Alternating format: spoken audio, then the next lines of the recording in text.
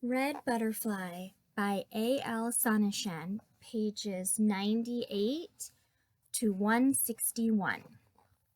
Clown. The next day I only carry the gift of language, even though I know the two secret words by heart. I still wear vermilion lipstick because People magazine says red never goes out of style. Halfway down the stairs, I rub the lipstick off with a tissue because I start to think confidence has nothing to do with lip color. But then I put on more in case it does. When he opens the door, Zhao Bin laughs. You look like he says in Chinese. There's a word I don't know, a terrible mystery word at the end of his sentence. A what? He repeats the terrible mystery word and holds his stomach laughing. Speak English, his mother bellows. Zhao Bin keeps laughing. He won't tell me in English. He won't look it up in his dictionary. After 2 minutes, I excuse myself to the bathroom and find the shadow of old lipstick blooming a rude red halo around my mouth. Now the word is no longer a mystery. Tired. After 1 week, Jody is tired of China. She lies on the sofa, feet propped up, the fan blowing directly on her blotchy face, saying investing in an air conditioner wouldn't be a bad idea. Mama says I'll look into that even though I know she doesn't mean it. I close my eyes and dream of Zhao Bin's cool, nice-smelling house. Even when he laughs at me and calls me a clown, it's better than here. The first line. I have not actually started Pride and Prejudice. I have read the first line 23 times. I am afraid to start, afraid it will not live up to my months of expecting.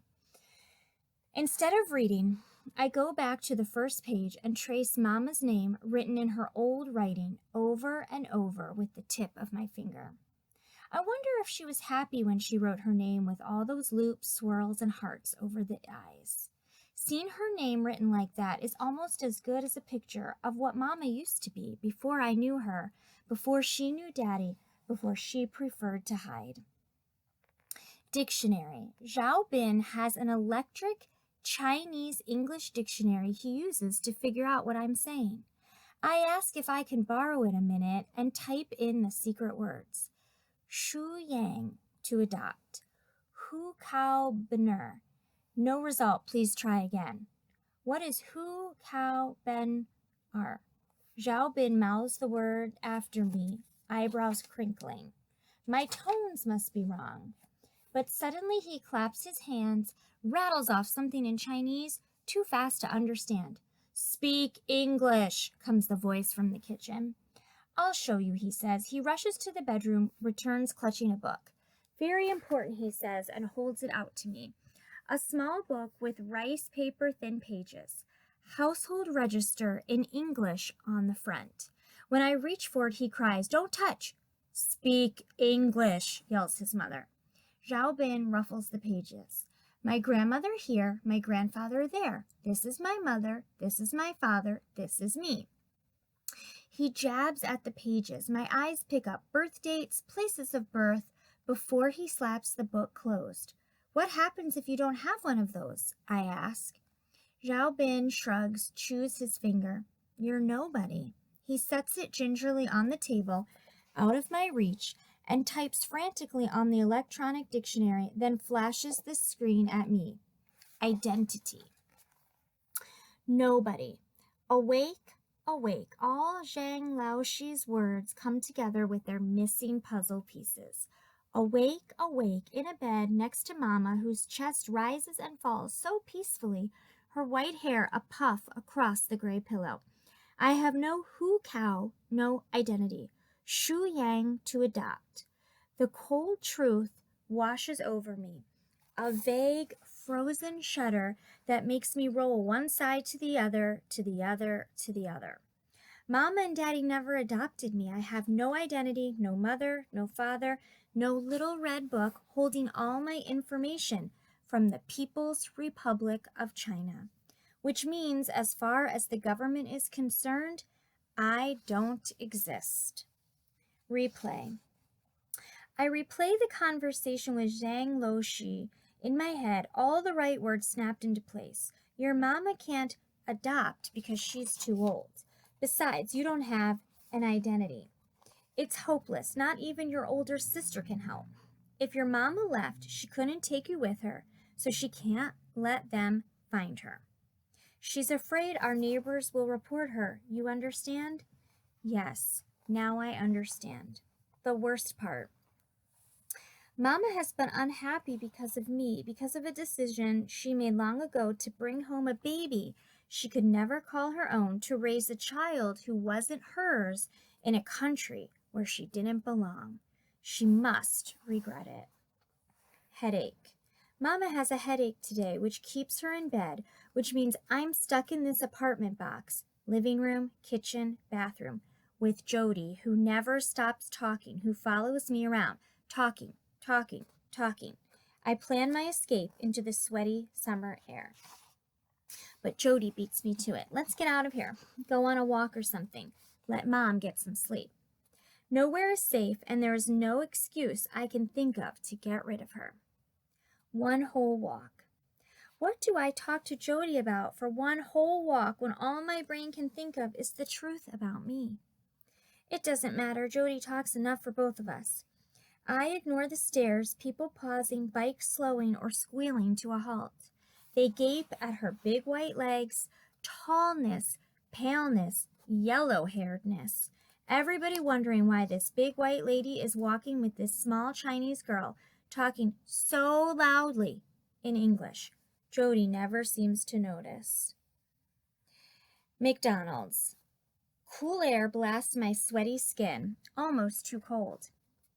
Jody tells me she never eats McDonald's, but today she'll make an exception for me. She orders 2 Big Macs, 2 large fries, 2 large Cokes, 2 vanilla ice creams swirled in cones. I help her sift through Chinese money, pay the cashier who giggles behind her hand and talks about the fat foreigner when our backs are turned. We sit at the window in a place for 2. Jody eats her whole Big Mac and half of mine. I don't like the sauce, and shows me how to lick my ice cream to keep it from dripping. The Coke bubbles gurgle inside my stomach. Does Mama regret bringing me home? I ask the question out of nowhere.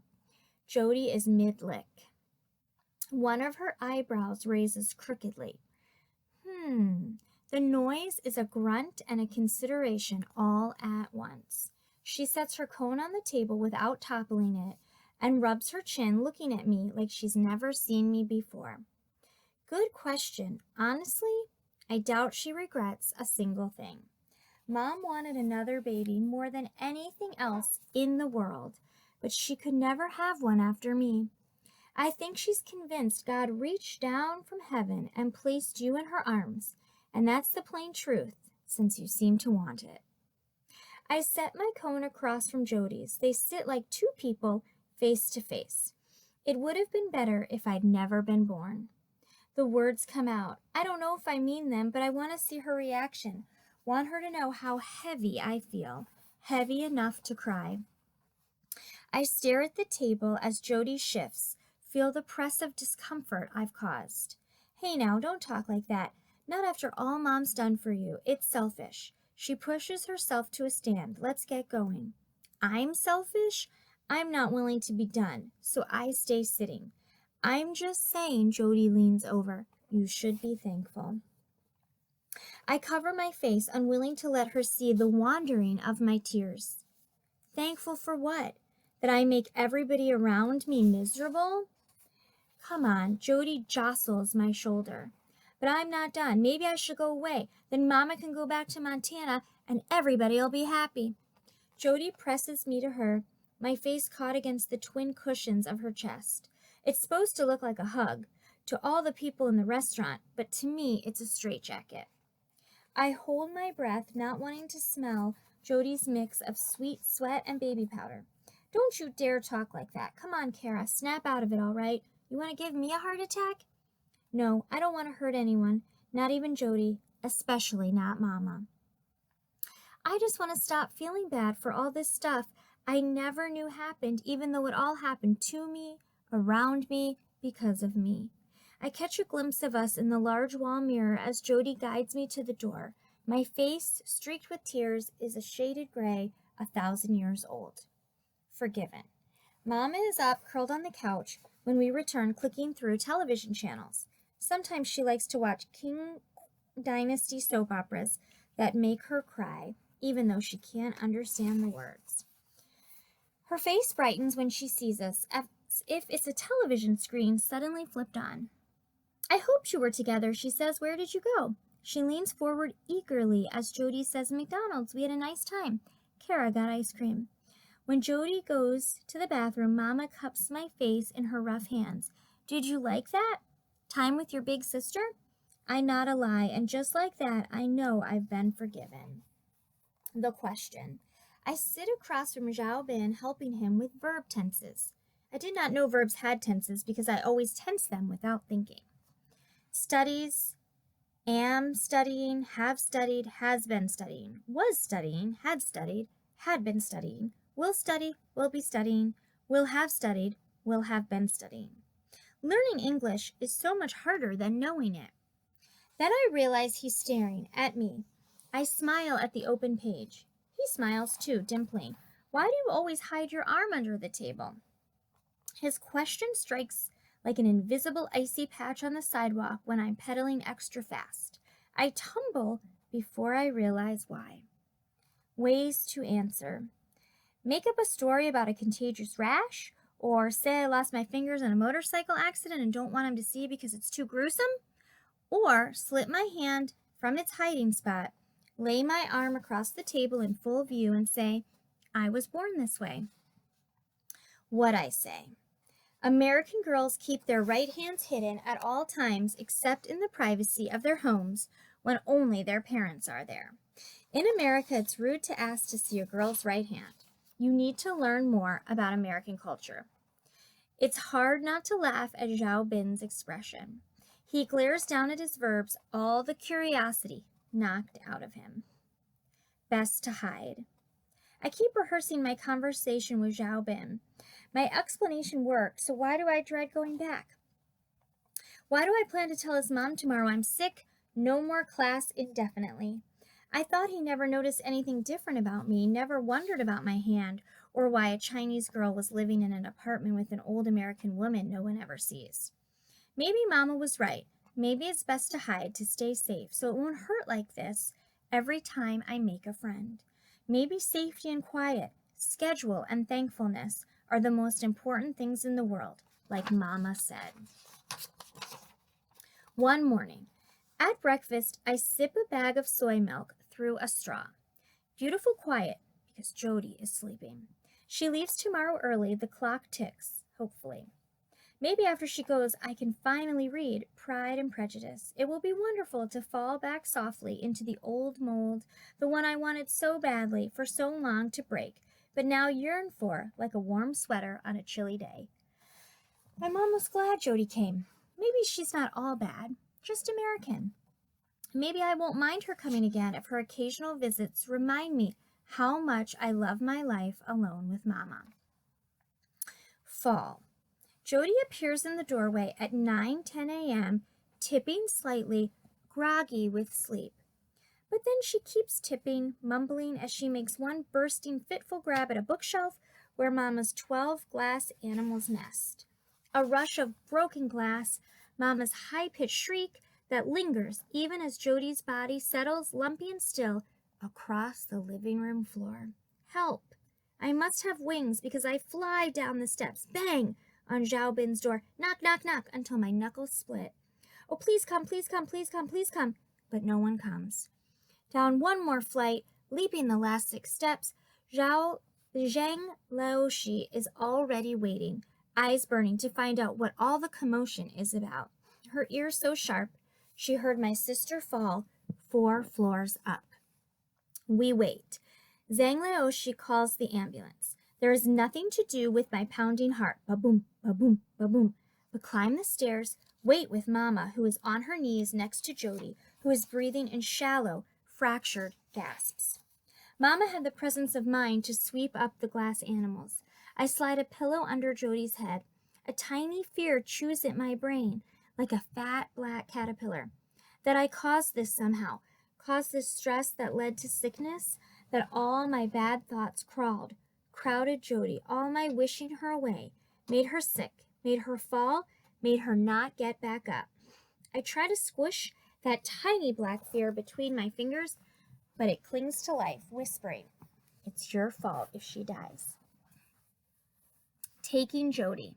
When they arrive, our boxy apartment becomes boxier, smaller, crammed, with pushing, eager people and neighbors gathered in the doorway. I can't take this mix of breath, reek of bodies, clamor of voices, feet, equipment slamming, wedging, unraveling. I push back against a wall, wait with my hands behind my back, the nails of my left hand digging into my right. I want them to take Jody, make her better, make this all go away. I want her loud, grating voice to yell, I'm fine, as she pushes them back.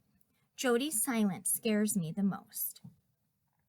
The ambulance. The ambulance is a low white van with windows. The security guards from our complex mill around just as eager to hear the news and witness the chaos as the neighbors. Stern policemen arrive with tucked-in blue shirts, black boxes blaring from their waists. Mama stands still, face blank, eyes cloudy, looking so old, all of herself exposed without her hat, her scarf, her long gloves. When a policeman asks for documents, visas and passport, she pushes him away, stalks to the ambulance, and climbs inside next to Jody without a word. I stand back in the shadows of the stairwell, invisible. Decision. With a bang, the double doors close. Mama and Jody will be carried away, and I don't know where they're going. Mama, my voice is a baby bird's. Mama, she doesn't hear from the white vacuum inside. I run at the van, pound with full hand, half hand together, not caring who sees. Mama, she looks up, her memory snapping awake. She points, yelling English, as if that will make the ambulance man understand. The man who closed the doors reluctantly opens them again. I climb inside. Fear. As we drive away, the stern policeman who wanted Mama's documents circulates among our neighbors, one eyebrow arched in a rigid peak. He watches with a hawk's fierce eye as our van rounds the corner. I watch him point after us, still talking, still asking, and fear settles, dark, deep fear. The journey. Mama holds Jody's hand, silent tears running snail-like trails down her cheeks. We sway, lurch, bump, wait in long traffic lines, sirens blaring. The other cars don't budge. The men in the van wear stone faces. Under the clear breathing mask, Jody's skin is gray, eyes sunken, chest barely rising and falling. Diagnosis. The doctor speaks English and begins by telling us she read at Oxford, whatever that means. Her glasses are turquoise rectangles, her shoes gold flowers, her white hospital coat frayed, yellowing at the collar, gray at the cuff. She speaks kindly, nodding constantly, her English a lilting song over the hallway rush. I strain to hear. Pulmonary embolism. The doctor's words are distinct, but I don't know what they mean. Not a heart attack, I ask? No, she says. Blood clot in the lung. Verdict. 2 weeks in the hospital. 1 month before Jody can take an airplane home to Matthew, Madison, Big Dog Sparky, and Willard. 1 whole month stretches into the distance like forever. Mom and the doctor pass words back and forth, a shuttlecock of questions and reassurances lobbed between them.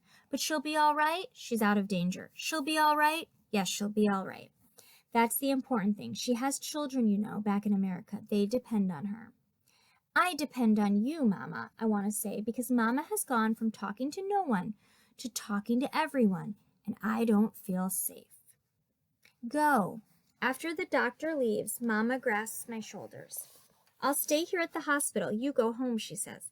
Get the phone card from my top drawer. Call Willard and Daddy. Tell them what happened to Jody. Then empty the envelopes and bring the money to me. Go.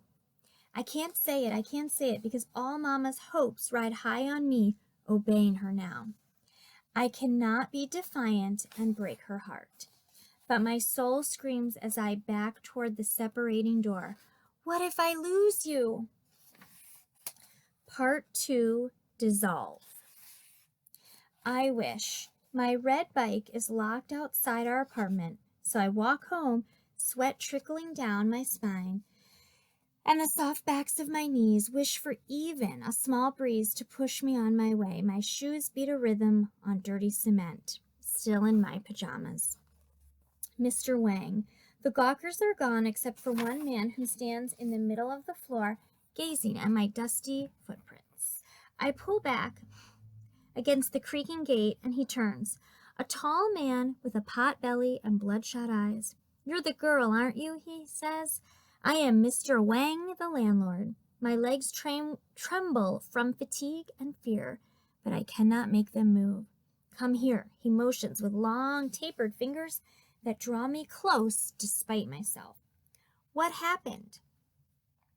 I tell him in my halting Chinese, shuddering back from the cigarette stench of his breath. He says, the police were here. It's over now. Go tell the old foreign woman it's over. The old foreign woman, he means Mama. His palm slaps my shoulder hard as he casts a significant glance at my right hand that I forgot to hide. They'll find you a new place to live. He looks sorry to say it. And the old foreign woman owes me a month's rent. He flutters a hand at her convenience. Stairwell. Blind with breathlessness, I don't sing Zhang Laoshi until I plow into her. Her thin body sways like a reed on the lake. Sorry, I whisper, but even my soft voice fills the stairwell like a shout. You're going? Where? She asks, clinging to the handle of her gate. Mama and I both have to go, I say. My verbs are all wrong, but for once, Zhang Laoshi doesn't scold. She grips my arm, but I can only see this is true through eyes that swim in murky water. I can barely feel her touch. Zhejian, she says. It is a hopeful thing to say. Zhejian means goodbye, but also see you later.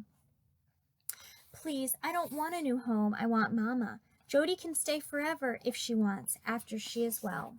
She can lie on our sofa and talk and talk and talk as loudly as she likes. I'm sorry I complained to whoever heard me say I wasn't happy with my life the way it was. I'm sorry I said all those words to Jody to make her sick, to make her fall, to make her not get back up. I'm sorry I didn't realize I had everything when I had it. Fly. Fly, red bike, fly back to Mama, to the hospital before it's too late. Because maybe the fat landlord is wrong, nothing is over. We will escape to a different place, a quiet corner of the world where identity means nothing, where humanity means everything, where flimsy papers that proclaim you are somebody don't exist, where family is whoever you decide it should be, and all the questions stop. The hospital. Jody's room has a row of 6 beds, laundry strung on a line across the window, someone's panties flap, a t-shirt drips a puddle. The walls are half blue, half white with shiny paint. Fat, silver radiators, a funny smell, half urine, half bleach. Rice cookers plugged in at the wall, spouting steam. This is where Jody lies in a cold coma on a flat, white bed. Moth. Mama is a fragile moth of night and shadow. If I touch her, she might flutter away. If I tell her what the fat landlord said, she might twirl on pale wings out the window to Montana and forget me. One chair. There is only one chair next to Jody's bed, so Mama pulls me into her lap, pushes her nose into my hair. What happened? I take a deep breath and risk everything. Tell her everything the landlord said. Mama says, I can't leave Jody. If the police come, we'll work it out. Did you call Daddy? No, I couldn't call anybody. I couldn't even retrieve the phone card or the money because the landlord blocked my path to the bedroom door, and I didn't want him to follow me to rob us. When I tell Mama this, she nods, pressing her fist to her forehead. Then she says, stay with Jody. Hold her hand. I'll go home to get the phone card and the money. I'll talk to Mr. Wang. She hurries away before I get a chance to say goodbye or cling or cry or anything. Holding her hand. Jody's hand is cold, freckled, her face behind the oxygen mask saggy. A clock suspended in the hallway flips through time in red numbers. I leave just for a minute, every other minute, to check how long Mama has been gone. This time, it's up to 4 hours, 27 minutes, plus the 13 seconds counted in my head on the slow walk back to Jody's bed. What if she never comes? What if she's been taken away? Soup. The woman watching over the girl in the next bed gives me a bowl of soup. After that, she shares rice, egg, spare ribs from a metal container. I nod my thanks. She asks me questions in Chinese, pointing to Jody on the bed. Where's this woman's family? Why is she in China? What's wrong with her? I pretend not to understand. Long night. There is a crushing dark in the ward when the lights go out. All that's left is the rattle of curtain tracks as the nurses walk through, the bleep of machinery, a shallow cough, low groans from 2 beds away. Jody's IV drips, drips, drips, but she does not wake. Other patients' relatives care for them, sleep in the hallway on newspapers spread out on the floor or across 2 or 3 plastic chairs if they're lucky. I sit straight, wondering if Jody will die, wondering if Mama will ever come back, hoping the frowning nurses won't force me to leave. Waking up. A nurse shakes my shoulder, and I wake, stiff and cold. I fell asleep, bent forward, my head resting on Jody's legs. When I touch my face, I feel the pattern of the blanket embedded in my cheek. The nurse eyes my fingerless hand as she says, "She's trying to speak. Wake up so you can listen." Jody's oxygen mask is gone. Her eyelids flutter. I lean close, whispering her name, gripping her hand, which isn't so cold now. Jody's eyes shift under lowered lids. "Where's Ma?" she asks in her raspy voice. I don't know. I don't know is not an answer. I can't make my mouth say it. I cannot pass my tears, my panic, onto Jody when she's sick. She went to call Daddy, I say, which isn't a lie. I just don't tell her how long she's been gone. Instead of my panic, I give her my hope. She'll be back soon. Jody nods, then fades to sleep to the rhythmic bleep and drip of her IV.